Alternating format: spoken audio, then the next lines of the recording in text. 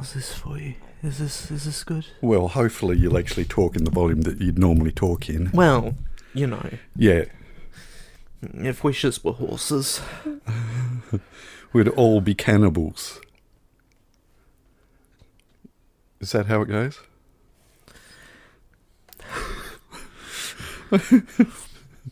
You're going to have to Google it, aren't you? Because there is more to If Wishes Were Horses. Right. Yeah. Are you getting good levels from this? Is this what you want? That's what I want. What I really, really want. What You want I a huh? really, really, really, really diggity-do. Okay. No, the line ends zig-a-zig-ah. Colin had a problem and a microphone to spare. Thomas took it up and so the podcast went to air. For weeks and months they trolled through every single DVD. They've unwrapped all the ones they can and now they're cellulose free. Now they're cellulose free. Hello, dear listener, and welcome to Cellulose Free. My name is Colin, and with me, as always, is my fellow film watcher, compadre and son, Thomas. Hi, hello. What have you been up to? I finished the big thing that I was writing. Big. For the VST. Big is an understatement. Yeah, as wrote or adapted. Or adapted is important there, because about half of it is tables that I took from past work. 17,000 words or so. Right. Yeah. And it's going to be made into a 3-movie blockbuster, followed by a 6-episode miniseries. Right. Yeah, it'll be gripping. So I finished that, and then I wrote some code for another VST-related thing, and then... Just reiterate what VST is for our dear the listener. video strike team of Desert Bus for Hope. And when is Desert Bus for Hope? It's a week and a half away. Okay. Yeah. More on that later. And then last night I was bored, and I needed to get the fridge calendar done anyway. So I looked at the time that I had remaining in the time that I intended to be awake. Mm-hmm. And then I spent about an hour more than that. Right, because you had to design a bespoke font for it. No. There was a mashup between Comic Sans, Papyrus, and Wingdings. No, because Microsoft have locked me out of my old student copy of Office, finally, after many years. I'd forgotten about that. So you had to start from scratch? Relatively from scratch. I could still view the document, I just couldn't do anything else with it. And so I was like, okay, I have this prototype tucked away for doing it as a web page that I threw out originally because Chrome was making all of the lines too thick. But Firefox wasn't seeming to have that problem, and so I opened up a Python notebook and wrote some code to generate the calendar. I'm visualising it now. Yeah? Yeah, this montage of you with sweat dripping off your face and then close up of your hands just rapidly typing. And then a look at the screen and then sweat on the face and a clock ticking. It wasn't too bad, to be honest. Right. Most of the trouble that I had was in trying to get a function that would loop through our rubbish cycle on Wednesdays. Okay. Which, you know, it's not as uncomplicated a task as one would hope. Uh-huh. But I figured it out. Mm-hmm. And so at 6 a.m. I went to bed. Right. And then I got up some hours later and did some more work on it. And then printed it. And then realised that I'd shoved the titles up way too high, and so it's going to be difficult to look at the months while you're leafing through. When it's clipped. Yeah. Uh-huh. But, oh well. Uh-huh. So how dynamic is it now? How dynamic is it now? I think, theoretically, I could just change some numbers and swap around the events, and it would be fine. Right. But obviously I'll still want to do some styling to the header next year. Absolutely, because it has to be different. Yeah, especially seeing as I said, the header is shoved way too far up the page. Yeah. That's alright, live and learn. Well, that's excitement. Yeah. And so this year's header theme is that I threw HTML tags around the month and the weekdays. I've only seen it in a blur. I've not had a good look at it. And so the little recycling emblems and things like that are... Yep, still tracking along. The month of June has 5 governmental buildings on it. Right. Because the council have tentatively scheduled as many as 5 meetings around the budget. Okay. I don't think they will use all 5. Right. I really don't think they will use all 5. But... So that was my week. Mm-hmm. What was yours? Mine was fairly uneventful, except for the fact that I did mention last week through your prompting that there is now a picture on the kitchen wall. Well, apparently Wendy wants one next to it in the same size frame and in black and white as well. And so I produced some options for her, and she selected one of those options, and I sent off to the now famous office supplies store an order for that image to be printed on A2 160-gram coated paper, and got a notification a day before it was scheduled to be ready to say that it was ready. And then I thought, right, okay. Now, it was a real pain last time because all it is that piece of paper is rolled up and a rubber band is stuck around it. And travelling on a bus and what have you is not particularly fun in that situation. You can't stuff it in a bag, and I didn't have a postal tube to stick it in. So we went for a drive and decided, it's going to be easier to get a frame from the local Kmart because they're showing stock on hand and having the same frame as we get from Target. And so went to the local Kmart because they were showing stock on hand, went in there, and there is this one ratty version of said frame without any faux glass in it. And so, okay then. Okay, so we'll go into town, and I know that Target had heaps of them when I grabbed that one. So we'll park near the office supplies store and then walk down to Target and grab a frame. Walked to Target, and of course they didn't have any frames. Yeah. Well. Right, okay. So final option, we still could grab the print on our way back to the car, which we did. And then we headed to the next closest Kmart, and they had plenty. Yeah. So that was all very tedious for just a print and a frame. Got home and unclipped the backing of the frame and unrolled the print and discovered upon closer inspection that silly me had managed to stick my barely visible watermark onto a recropped version that I'd previously watermarked, not once, but twice. Right. So this print actually had 3 watermarks in 3 different places that I didn't pick up on when I did the recrop, and I thought, I can't put that up. So, yeah, there is an empty frame sitting on the kitchen table at the moment. I have recropped and retoned, and it looks slightly different, and it's annoying, but that should be ready later on in the week. So that was my drama for the week. Right. Other than that, various letter writings to politicians about various bills that are trying to be passed in the State Legislative Council, and getting various degrees of feedback, which is both good and bad. More bad because of the fact that you stick your heart and soul into a topic that is difficult to deal with, but then you get no response, including from people who ostensibly know you. It's because party lines. You've got to just love these party lines. And it's the kind of topic that really conscience votes should be the order of the day. But they won't be, because when it was dealt with in the lower house, it was very, very political.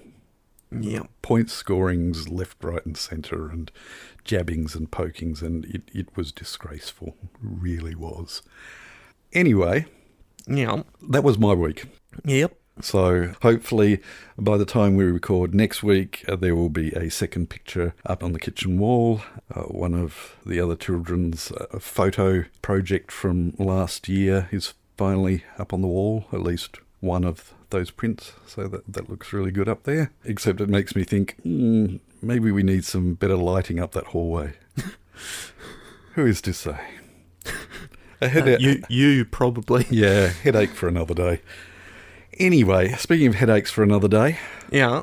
No, that segue just doesn't work at all. No. We have a film to watch, Thomas. Do. A film that you have selected. I have. You selected. You are entirely responsible for this week's movie. I am. Which is what? It is the 1999 film, The Sixth Sense. M. Night Shyamalan. Who is a director with an absolute roller coaster of a career. Yeah, he basically peaked very early and has gone downhill since then. Anyway, what, pray tell, is The Sixth Sense all about for any dear listener who has been living under a rock since 1999, did you say? Yes. When Dr. Malcolm Crowe, a distinguished child psychologist, meets Cole Sear, a frightened, confused 8-year-old, Dr. Crowe is completely unprepared to face the truth of what haunts Cole. He sees dead people. Spoiler, you know absolutely nothing about this film because you haven't seen it. Cultural osmosis. Yeah.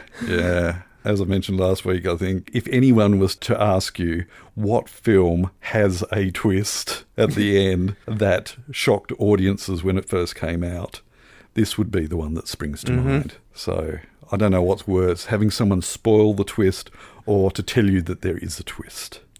I think they're basically just as bad. The number of times I've had people say to me, "Are you going to love this film? The twist is brilliant." I hate you. Anyway. Shall we watch it? We should. We've got lots of options. We could watch it on DVD. Yeah. We could watch it on Digny Plug. Yeah. Or we could watch it on Stan. Right. So we're going to flip a 3-sided coin, decide what we're going to watch it on, then we're going to watch it, and then we'll come back and talk about it. So we shall catch you on the flip side. Turn to side B, or C, or A, or B, or C, or you get one of those freakish occurrences where it lands on its edge. Or C. Or corner. Doesn't really happen. It doesn't happen. I've seen a coin land on its edge. Okay, I haven't. I was just being a mongrel.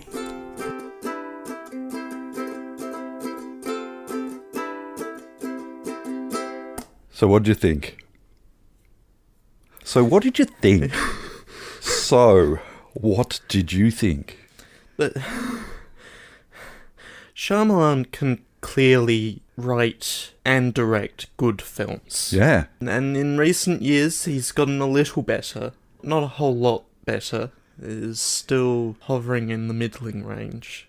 But, this was fine. I enjoyed this. He got a fine. Yeah. Yeah. Fine or no fine. It's Thomas's thumbs up or thumbs down. If a film didn't get a fine, then it's not worth watching. If it gets a fine, then it's at least worth watching. But then we need further context. It is well written and directed, and I don't think the pacing is particularly problematic. No. Maybe a little on the slow side for me, but... Now, I know it's impossible to say, but do you think that has something to do with the fact that unfairly you were in the know? It is impossible to say. Yeah, and it is problematic as I was watching it. I must have, when I first watched it, not had any idea. Because I do remember the aha moment. I don't remember where it happened, but I do remember the penny magically dropping from the same hand that it started in. But I do remember sometime during that first viewing it happening, and I cannot remember whether I had some idea that there was a twist, but I at least don't think I knew what the twist was. Again, it's been so long and it's hard. It also makes it hard with it basically being a one-trick pony, and it is only going to work fully with the impact that the director intended if no one has any idea. Yeah. So watching it this time around, it was far lesser of a movie that I wanted it to be, because I already knew what was on the back of the book, basically. I'd read the last page, and of all the books that you don't want to read the last page of, this would have to be one of them. Yeah, which is a shame, yes. I watched the film, and I was seeing all of the clues to its ending. Yeah. On my first viewing. Yeah. So I don't have much like asking that stupid question earlier of you, whether you could filter. You just can't. I have no way to have the intended experience of this film. Yeah. It's very much like going into the film with someone standing in the line going into it and saying, "Oh, this is a great film," once you know the butler done it. It wrecks the whole film. And you overhearing that, and you can't unhear that, and it does wreck the film. All that being said, I really did enjoy watching this for so many different reasons. It is shot incredibly well. The acting is amazing. I mean, I have reservations with Bruce Willis's acting ability. I think he did a very, very reasonable job in this. There's a question hanging over his more recent work as to how much aphasia was already setting in. Yeah, exactly. But as far as movies prior to this, his acting has been quite variable prior to 1999. But I think he was solid in this, and I think that was assisted greatly with having a kid who has such incredible acting chops to bounce off. The relationship was totally believable between those two characters, and M. Night was so lucky with that casting combination. He also benefited greatly by getting John Newton Howard to do the score. It is cliched having the rapidly strung violins as something about is about to happen. You get nervous, but done properly, and I think that. Sorry, did I say John? James Newton. It's James. I'm thinking of John Howard. Well, the actor. Yes, that's right. The actor. James Newton Howard, I was going to say underrated, but in my little world, I see him as underrated, but certainly extremely prolific in a lot of very, very good movies, and just does an excellent job of creating the tension that is required in this film without being over the top. I would like to point out for all of those dear listeners who were listening to the plot synopsis at the beginning, Cole was actually 9 in this film, not 8. Right. Yes. In fact, it was even written on pieces of paper, his age. But I think that the plot synopsis that you read said 8. You did say 8? Yeah. All right. What I also found, we did decide to watch it on Disney Plus. Yeah. The plot synopsis for that came up on the screen. Yeah. I read the one from the details page. Yeah. Disney's famous one-line plots. My internet connection is not opening. Why not? I've got a network error. Oh, I also have network error. Oh dear. Yes. A child psychologist discovers a patient's incredible sixth sense. How many words is that? 9 words. 9 words. I think what they do is they do a Reader's Digest version, and then they get someone to do a Reader's Digest version of that Reader's Digest version. Anyway, I don't know where that was heading, but I did have a chuckle before the movie started seeing that very, very brief plot synopsis. TV Tropes has an entire set of articles based on tropes, on films, on whatever, Yep. that is called laconic, and the only thing that is on the page is a one-sentence description of whatever it is that it's talking about, and click here to see a longer version. Ah, yes, here we go. Laconic / The Sixth Sense. Bruce Willis, the child psychologist, tries to help a creepy child who can see dead people. Very laconic. I see dead people. They don't know they're dead. In your dreams, while you're awake. Dead people, like in graves, in coffins. In the unabridged version.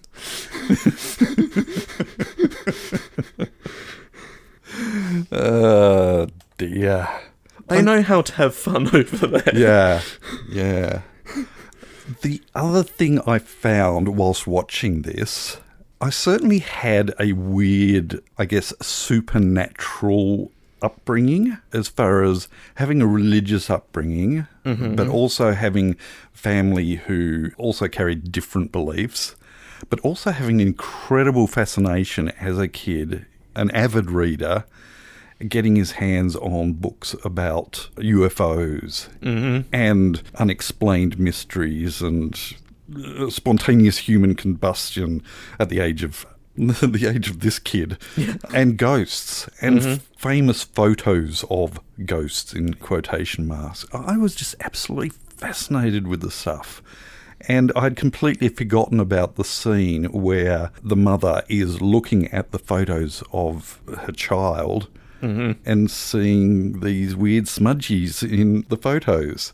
I find it odd that she is only just noticing it now, but my mind was instantly thrown back to just poring over these books, Arthur C. Clarke's Tales of the Unexplained type of deal, and a whole heap of famous supposed photos of ghosts. And that scene just threw me back into my childhood, looking at these pictures and not knowing what to think, and certainly having nightmares as a kid, and being in certain situations where things would go bump in the night and I would be absolutely terrified. So I think this film really fed upon that. And I don't know what your lived experience with that kind of thing is. I certainly do. There were certainly books on the shelf, I know, but have no idea whether you stumbled upon them and mulled over them yourself or not. But I grew up in the internet age. That is true. Things took a different path. Like, I could still absolutely devour a book if I wanted to. And you certainly used to. Yeah. Yeah. Now I tend to get a weird feeling in my mouth around paper. But that... I taste dead trees. Good. Oh. They don't know they're dead. They hold on to this ink. People's words and thoughts. I really did enjoy that film. I think well crafted, and all of the disappointments of not having the surprise happening. And I do apologise to any listeners who I have done exactly what irks me in saying, yes, there is a twist. Like, in spite of there not having been any real suspense for me in knowing what was happening, it's an incredibly well shot film for starters. Yeah, yep. There are certain scenes where the claustrophobia of a space is so well portrayed. And I've said time and time again, there have been certain films where I have felt a whole camera crew behind me whilst I'm watching the film, and I didn't feel that in this. I felt more in that kid's headspace and in Bruce Willis's headspace. The wanderings around houses, that's circular stairwell. I was in that room, and there's so many things that work really well for this film, and it's good to revisit, good to be spooked, even though I knew, sorry, I say that, and yet I realised as it was getting close to the end, I couldn't remember quite how it ended for the boy in particular. Yeah, but it flows well written, and things happen rightly. That party scene was so natural. He wasn't put into, even though it was an odd situation that he found himself in, and a claustrophobic situation he found himself in, it happened naturally in that it wasn't unrealistic for that to happen, how he ended up there. Mm-hmm. Children are monsters. Children are monsters. Yep. Sorry, my mind suddenly went to spots again in my childhood and teens of scaring schoolmates and scoutmates and things like that in situations where I just really, really liked scaring people. And I can blame probably all of those books for that. Certainly in situations, in abandoned convict ruins, setting up the perfect scare fest and luring the unsuspecting to, frighten them. Great stuff. Not so much anymore. I don't think I ever did it to you kids, particularly. No. It would have been years ago. So, But, I mean, an example for this place. Okay, you know your bedroom door? Oh, yeah. The door handle on that is a concave. Well, I don't know whether it is anymore. No, it's convex now. Well, no, it's like a sphere with... Anyway, yeah. The handle that was on there when I was a kid in this house was such that I could stand up against the bathroom door and look in the reflection of that door handle and see where someone was coming up the hallway. So I could time a jump out and scare absolutely perfectly. And I don't know whether anyone worked out how I managed to do it or not, but that's how I did it. So any family members who may be listening to this podcast, my secret is out. I used the reflection of what was my bedroom door handle optics to know exactly where people were. Anyway, I digress. Do you have anything else to say about this film? No. It is pretty much about the level of scariness that I appreciate. I really, really have to be in the mood to be scared more than that. Yep. And it's not a particularly scary movie. I mean, there are certainly frightening elements of it and disturbing elements in it, but is kept at a level that I think is quite deliberate. So, All right, if you've got nothing else to say about it, I think we'll move on. The following segment has no title. Thank you. And we will start with an apology to M. Sorry, M. For... Thomas is useless. For missing a comment last week on Unstoppable, which did include an incorrect guess. It did include an incorrect guess that went incorrectly in the opposite direction to Helen's incorrect guess. But does at least have the right number of letters. of letters compared to the title of the film. Yes. Still not worth an arbitrary point. No. But a slightly better guess. Indeed. And then we will move over to Discord, where we find Eve Pie. Hi, Eve Pie. Who says, I forgot to comment on Unstoppable last week. You did? I haven't seen it, but it's on my list to think about seeing because the incident it's based on is pretty interesting. Yep. Speaking of dad movies, have either of you seen the recent Tom Hanks film, Greyhound? I have recollections of getting quite excited about checking it out. And so as soon as I read this comment, I went on to Just Watch to see whether it was streaming anywhere. And there on my Just Watch, it was tagged as listed, I must watch this. And it's still not streaming on anything that we've got available to us. So not yet would be my answer. I watched it with my wife, Eve Pie continues, and it was a pretty good adaptation of the original story and pretty well put together. Also, with a new baby, nice that it was relatively compact, not 10 million years long the way some of the modern films are. Ah, I know. It's not quite into the canon of nautical dad movies like Master and Commander and Hunt for Red October, but it's not that far off. Right. So, nautical dad movies. And Entwasferatu pipes in at this point to ask if Captain Ron counts as a nautical dad movie. I had to look that one up again, and that was not on my list of things to watch, but I have added it to our list of highly recommended by Entwasferatu. That being said, I've also put Greyhound on highly recommended by E.F. Pye. So when they do finally become available, who knows? E.F. Pye continues, not familiar with Captain Ron, but it reads like a nautical dad movie, not a nautical dad movie. Speaking of nautical dad movies, I know they're not movies, but I have mentioned previously Hornblower. Mm. Yeah, get your hands on that. They're all television films. Yeah, I mean, they're certainly movie length, yes. So... Good stuff. Arr. In the great British tradition of episodes that are probably way too long for television.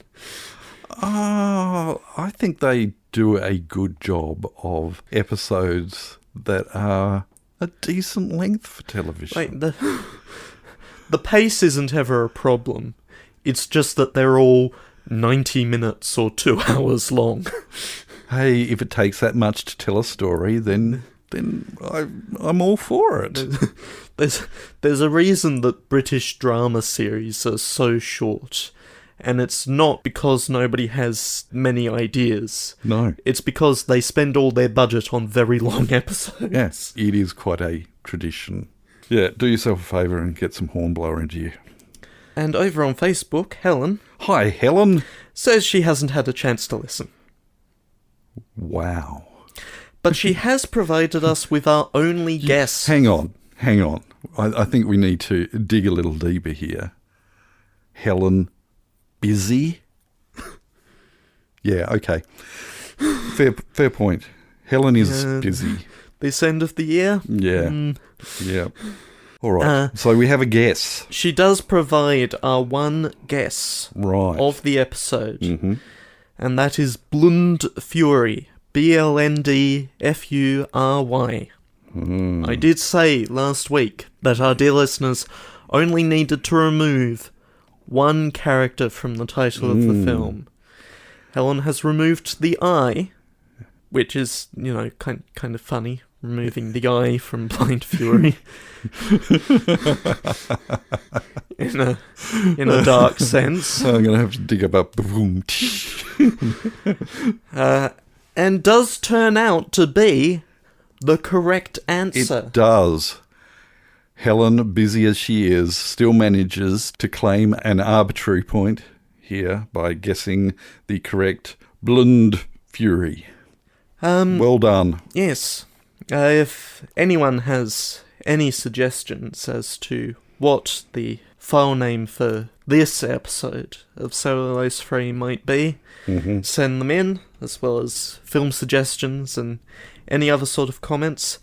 Send it in. Please do. Would you mind showing me what you have on the screen over there? Let me show you what this week's file name is. That is a sensible choice. It is a very sensible choice. It is a sixth sensible choice. It is indeed. Have a go at that. Have a guess at what this... And I did, big hint, use all 8 characters in the file name. Have at it. Anyway, let's move on. Pick a film for next week so we can go to bed. And it is your turn. It is my turn. So, today's episode is topical for the time of year that it is being released. It's basically our Halloween-themed episode, if we are to do such things. Which reminds me of some terrible thing that happened. When I went in to Kmart to get the frame, being confronted by walls of plastic. Yeah. Plastic pumpkins and plastic skeletons and plastic... yeah, anyway, I'm disgusted. I really am. It's sad. Yeah. So what? So, yes, sorry, it was that recollection of this being our not Halloween episode, but spooky. Yeah. Yeah. Next week, there is something happening that's quite topical as well. And I thought that I would grab onto that theme for our US listeners. Right. Do you know what's happening next week in the US? Yes. People are going to put pieces of paper in boxes, or possibly mark electronic things and hope that they go through. Like, the US presidential election. So I thought... And also every other election they can cram in. Exactly, and any other questions and everything is going on. Because in the US, they insist on electing every possible position they can think of. Anyway, I thought we'd have a US presidential special. Right. For next week. Can you guess what it is? No. Okay, this is the plot synopsis. And I don't think you've seen it, so you may get it or you may not. A sweet-natured temp agency operator and amateur presidential lookalike is recruited by the Secret Service to become a temporary stand-in for the President of the United States. Nope. You got nothing. Well, I do have the vaguest sense of what the title looks like. Uh-huh. It stars Kevin Kline. Yeah. And Sigourney Weaver. And based on the shape of what I saw on your phone screen as it was pointed in my direction while you were talking, it might... Well, now I know exactly what the title is, because...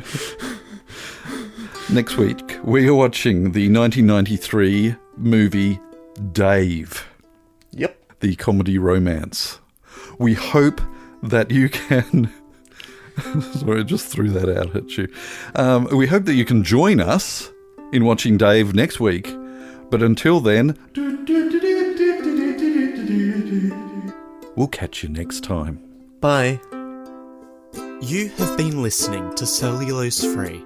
Your hosts were Colin, who produces and edits the show, and Thomas, who makes the artwork and music.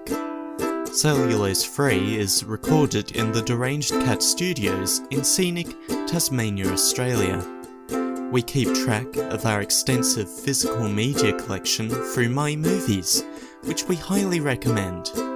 You can find links to that, as well as other places you can find us in the show notes. Cellulose Free is a Hi Hello production.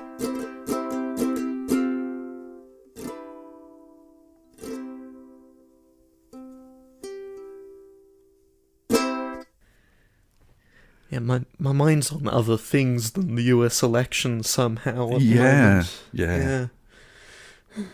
I've got things actually less close to home that I'm thinking about. Well, yes. Even less close to home, because it's in Canada, isn't it? Yeah. Yeah.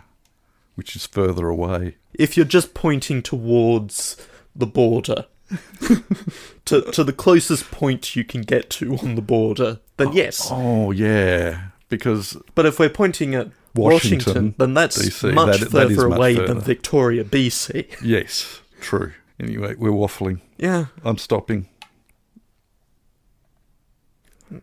Let's see, does I have something for...